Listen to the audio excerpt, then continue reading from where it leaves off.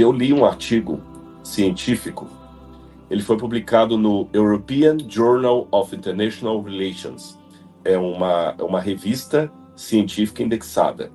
E é um artigo de economia, foi escrito pelo cientista político Alexander Vent, e ele escreve assim, o título é Porque o Estado Mundial é Inevitável. Me chamou a atenção o que ele escreve aqui nesse artigo. Primeiro, o título já diz muita coisa. Ele defende, esse cientista político, um Estado Mundial é um caminho inevitável.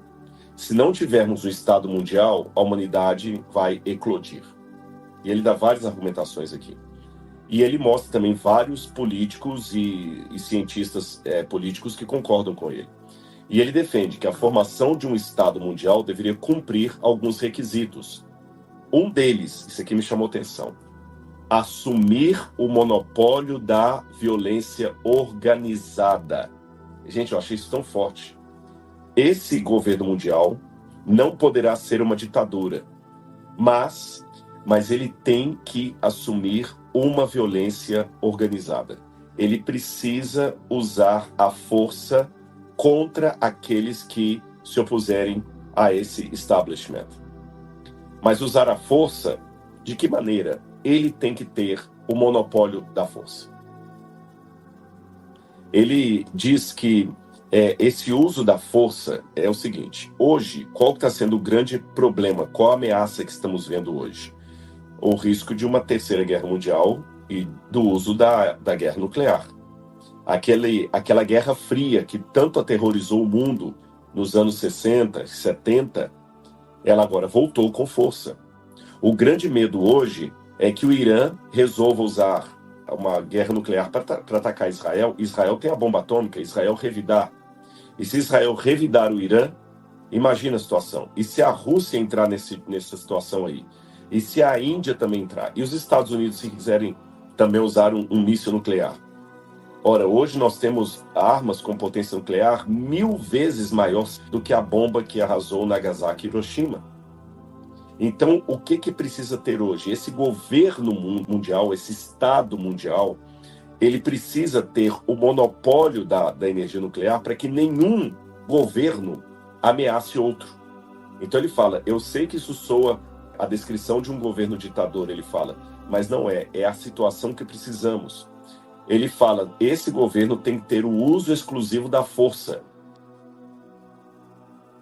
E ele também tem que conquistar a legitimidade perante a comunidade global. E aí ele também trabalha a longo prazo o que ele diria que seriam 3 mudanças que deveriam acontecer no sistema mundial antes que esse governo possa se consolidar, esse governo único.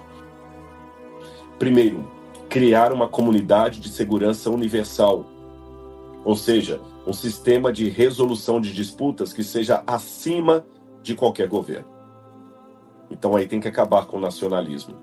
Segundo, estabelecer uma resposta unificada a crimes e ameaças mundiais.